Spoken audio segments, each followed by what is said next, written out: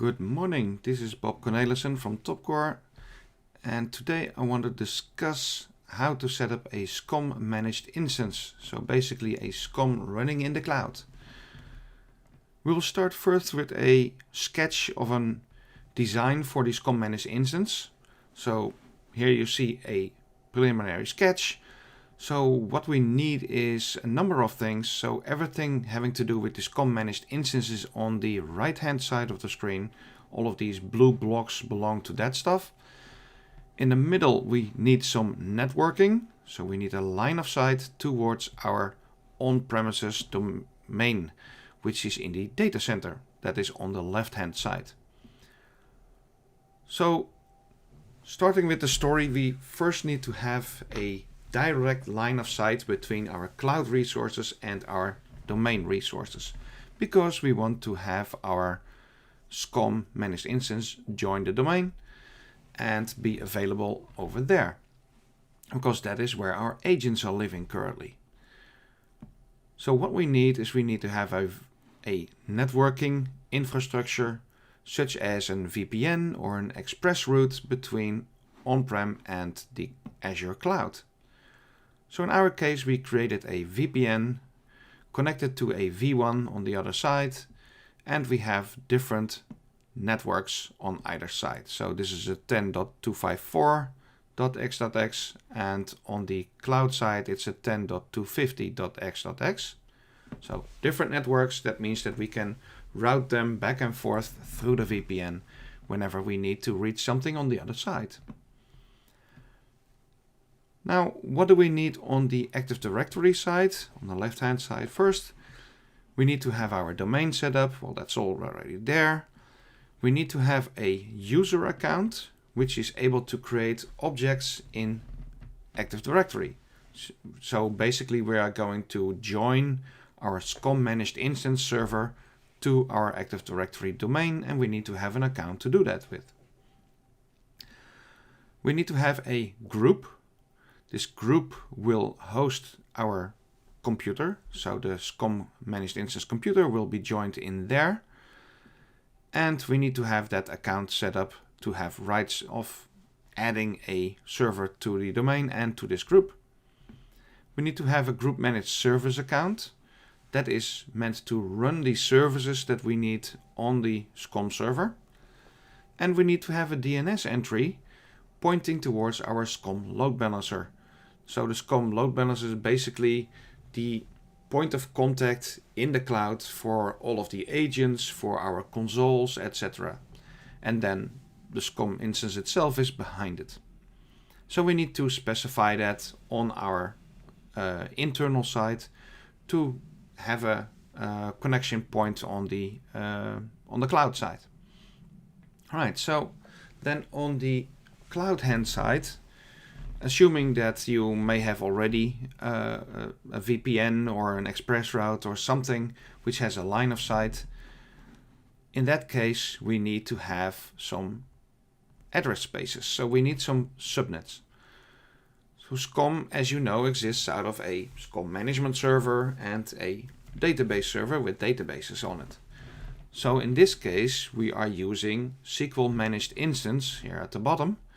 So SQL managed instance is what we are going to use to receive our databases for SCOM.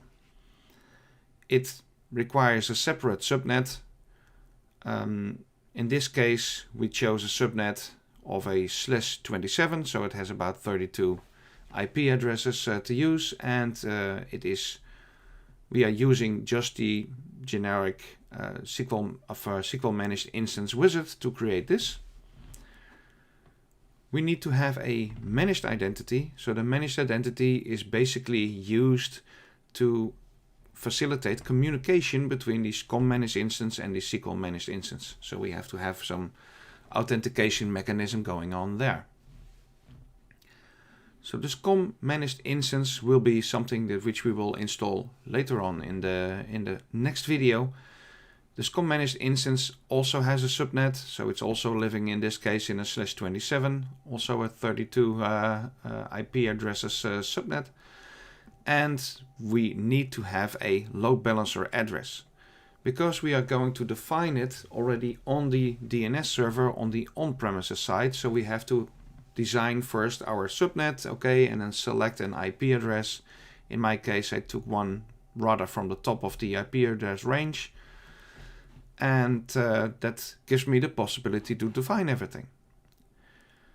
And we need to have a key vault as well, because the key vault will contain basically our domain account on the other side and the password, so that SCOM Managed Instance can talk to Active Directory. Alright, so these are the components we have on-prem and we have in the cloud.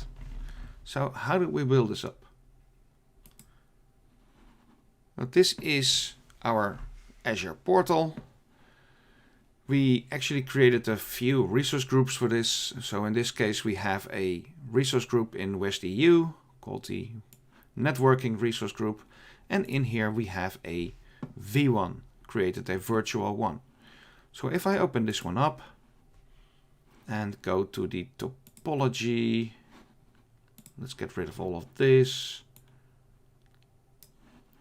All right, to the topology we see something like this. So we have our V1 over here, which contains a V1 hub. So we need to have a hub to facilitate this communication.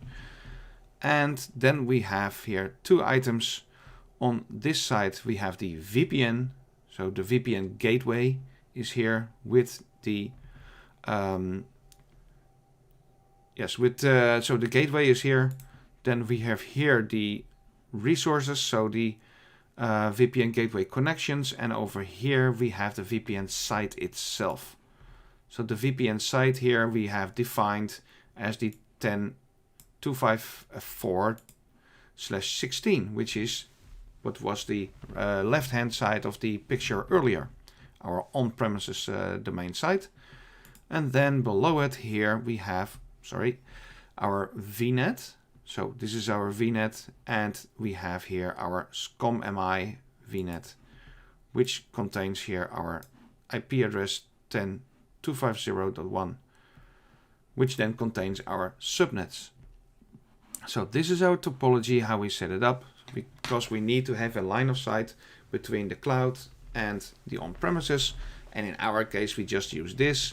I'm sure you already have your own networking setup, and this is already there. But just know you need to have some way of connecting first. So that is what we did. All right, then next we created a separate resource group, which is called the SCOM MI resource group, which will then host most of our SQL and SCOM resources.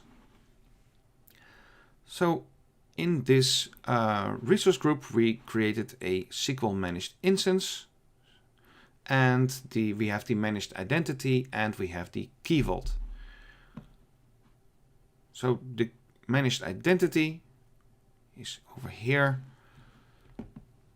What do we have? It's nothing much actually. It's just a managed identity. We need to have something in there in order to connect our stuff. So we have our credentials in here. Let's go back one step. Where is our... Over here. Yes, very good. So we have had to create a SQL managed instance.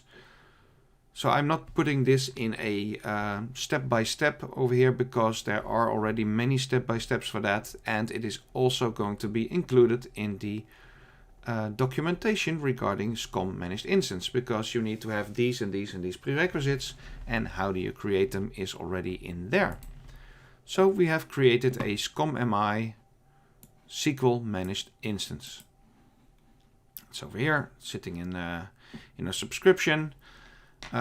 Currently, because we are in private preview, we have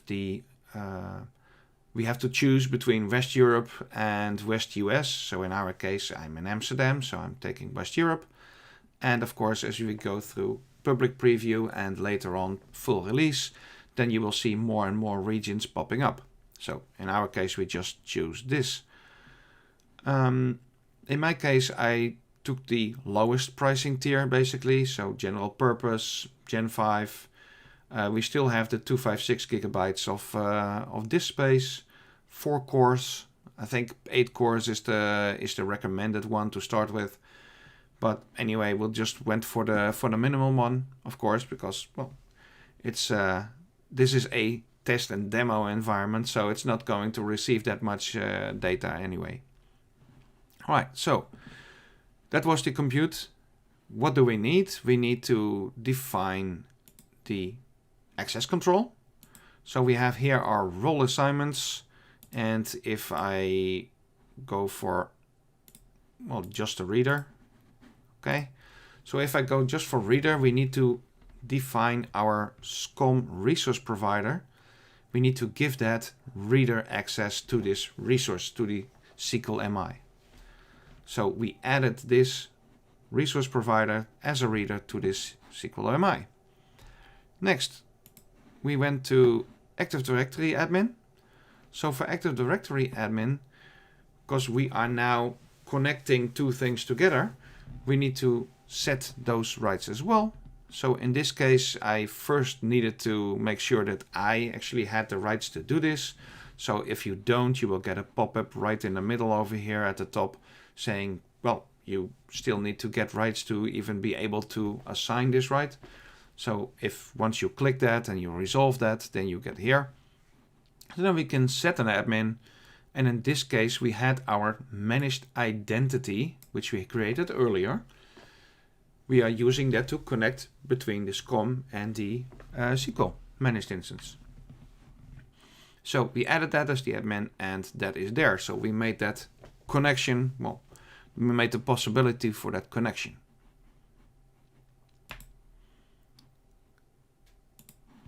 Well, we also needed a key vault. So the key vault basically is very simple. It's a basic key vault, and what we have put in is a username and a password, which are the username and password of the on-premises account, which we are going to use to have SCOM Managed Instance create our stuff on premises in Active Directory. Okay, so that's the cloud part of it. Then we have the on-premises part of it. Okay, here we have our on-premises domain, which is our old test domain and demo domain. So that's all good. So what I did is I created a sub OU called SCOM MI, just to make it easier for me to find stuff. Next, we had to create a user. So this is a user. I just used my naming convention for a service account. It's a normal user, nothing strange here. And then I created a security group, because we need to have a security group where our SCOM server is going to land. So we have a global security group with a name. Make sure that the managed by changes towards that service account that we created earlier. So the user here behind us is the manager for this. Well, basically, SCOM MI will then use this account to be able to create something else in this group, which is the SCOM server, basically. So those are these two components. We need to make sure that this account has rights in order to create computer accounts in the domain. So you can do that by, on the domain, you could delegate control, for example. And if we use this account, I think this was the account. We already did this, so I will click next. And then you will have here join a computer to the domain. So that's basically what we said. So to make sure that we can create more computer accounts here. So I will cancel out of this one because the rest was just next, next, next. The next item which we need is our group managed service account.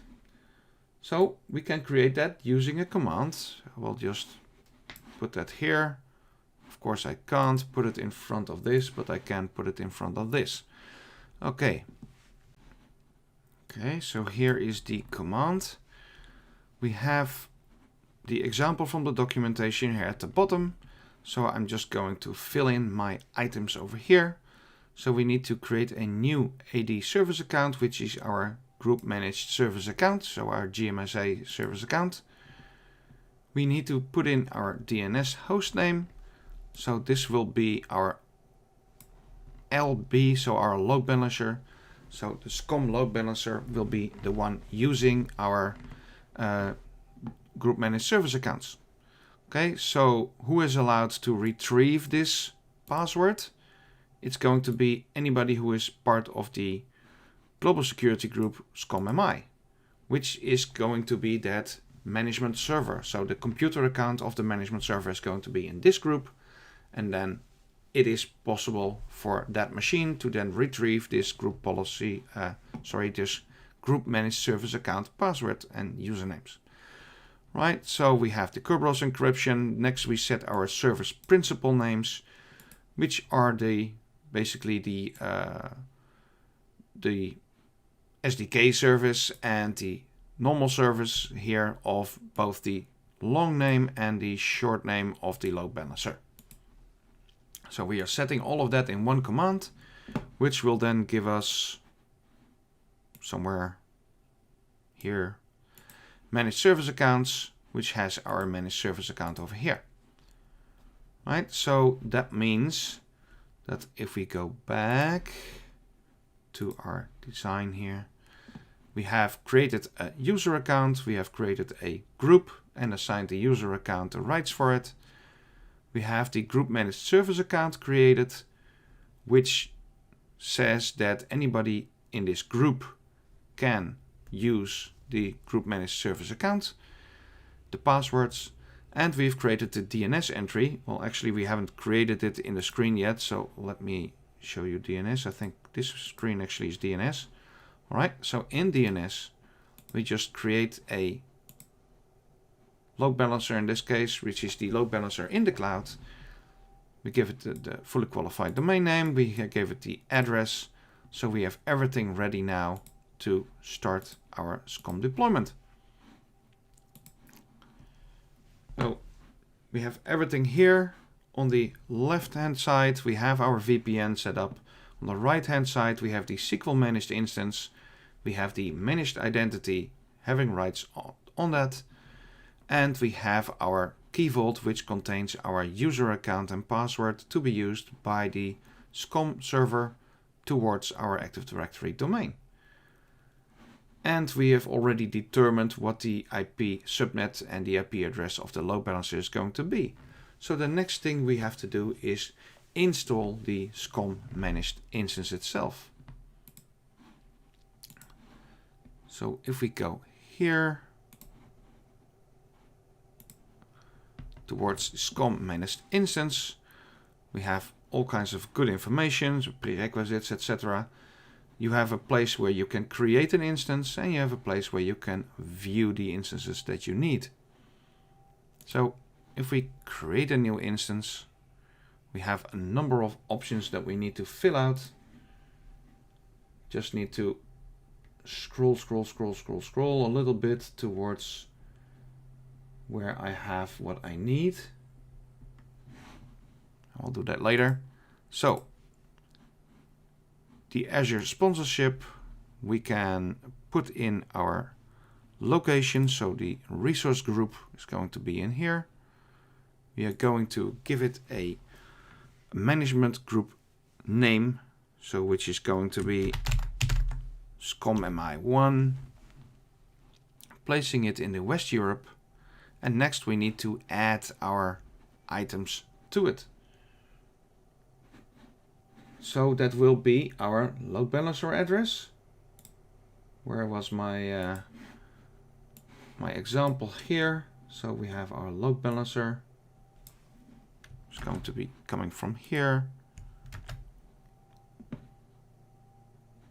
Sorry, no, we need to. Oh, by the way, this is also the wrong one. We need to have our domain. Okay, so let's put in domain. The DNS server IP. That's a DNS server name IP. We need to have an OU path. All right. So we're going back to Active Directory. We have an OU. We need to get the properties. Let's see what we need. We do not need this one. We need the distinguished name. All right, so let's get it.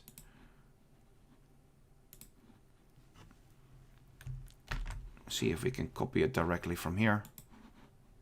I hope so. Yes, we can copy it from here. And next we need to have our Key Vault with the username. Oops. We did it like this, and password was set here.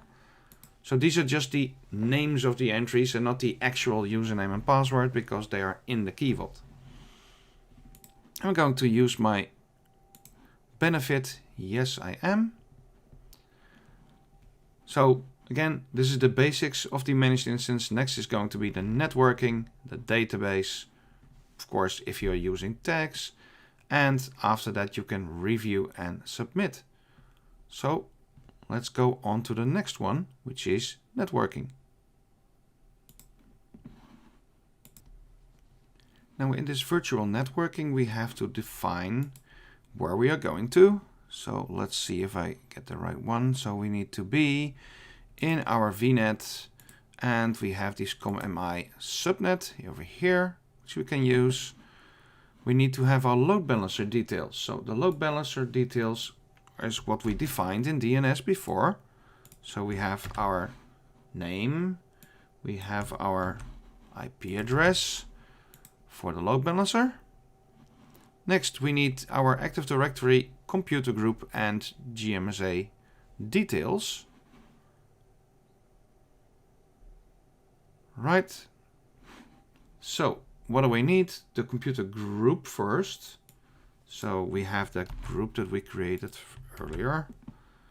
And we need to have, let's see, username followed by the $. So we need to have our GMSA here. There we go. Add $1 to it. Okay, sorry. We need to put our domain name before it. Okay. There we go. Now it's here. So that is our networking, the load balancer on the cloud side, which we already defined on the on-premises side in DNS. And we have our group where our SCOM managed instance will join into. And of course, we have the group managed service account, which is going to be used. Next, we need to have our database. So we're going to select again our SQL MI.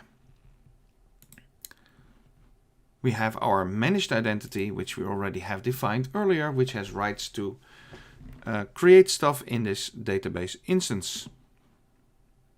All right, so tags. So maybe we put in like a project name, and we say this is SCOM MI. Let's go next. So here we have now an overview of the whole thing, where we are going to put it, which resource group. We have the name of the managed instance. So I just use something simple and easy. In the documentation, it will state what is needed for this, you know, how many characters is preferred, all kinds of stuff like that. Which characters are allowed. Region, in this case, West Europe. My internal domain with an DNS server. We have the OU path where our server will land. We have the Key Vault specified, and we need to take the username and password from it. And next will be our networking. So in the VNet that we created, we have a subnet ready for it, which is called the SCOM MI, because the one for SQL was called SQL MI. Static IP and DNS, which we assigned already, the computer group, and the GMSA name. And of course, we have here our database connection. So the next thing to do is press create. And now this will start creating the SCOM managed instance. It will take a while, so I will just stop the recording and we can come back later and check what it did. All right, so now we are back, and this is now the end result. So your deployment is complete. We actually had one minor glitch in the previous one, so we actually set up a second one, which is the SCOM MI 2. But anyway, your deployment is complete. So what you do now is you go to Home, go to SCOM Managed Instances, and in this case we go for View the Instance, and here it is. So here we have our SCOM MI 2 in this case. The rest is all the same. So we didn't change much in this story. So we have our properties, we have our GMSA account, we have a load balancer with the load balancer IP address and the name, which is what we need in order to connect our SCOM console to it. And we know which are the databases, where they are located, etc., which is here. So we see our story here. We have the management servers, properties are here, and monitoring. And we can see also from the resource groups over here now we have a MC with our resource group name with the specified SCOM Managed Instance, which is where the stuff is which the wizard created. So there's the managed entity right here, identity here. We have the virtual machine skill set, which contains our SCOM management server, obviously, and we have the load balancer in here. So we can use that in order to download. So there's a, where were we? Back again here. View, SCOM, go to the instance. So there's here a connect with. So we can connect with the operations console or the web console, for example. So what this will do, it will give you a downloader. So currently I'm doing this in the private preview, so it's a little bit different downloader than you will have in public preview. But anyway, there's a download, and in this case I went to a server which I have available.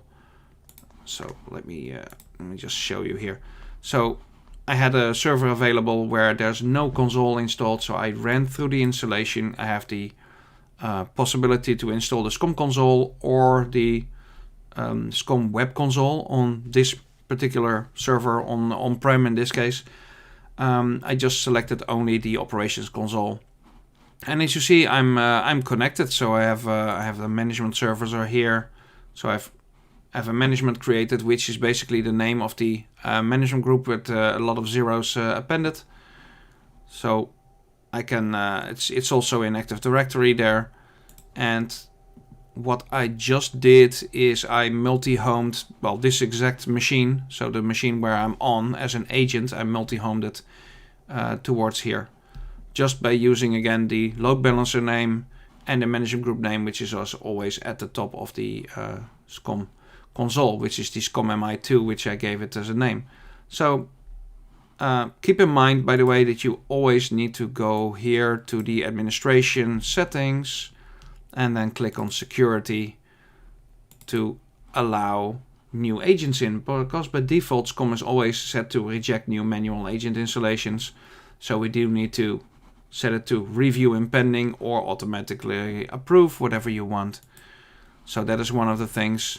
And just now I also went into the user roles, administrators, and cleaned up a little bit here and added our own SCOM administrators group, which contains all my colleagues, which makes life a little bit easier, that they have access to it. So that's basically everything. For the rest it's just now testing and continuing to do stuff, so we can load management packs, we can add agents, etc. You will see the reporting item is not here. That's because this is going to be through Power BI. So this is one of the changes which is here. So we are no longer going to look at normal reporting, but Power BI to connect to it and then get some reports and dashboards out of that as well as a secondary method. We will discuss that at a later time, and the documentation, of course, will always also be there showing this this stuff. So that brings us to the end of this. So SCOM is running, and I will then stop the recording. Thank you very much.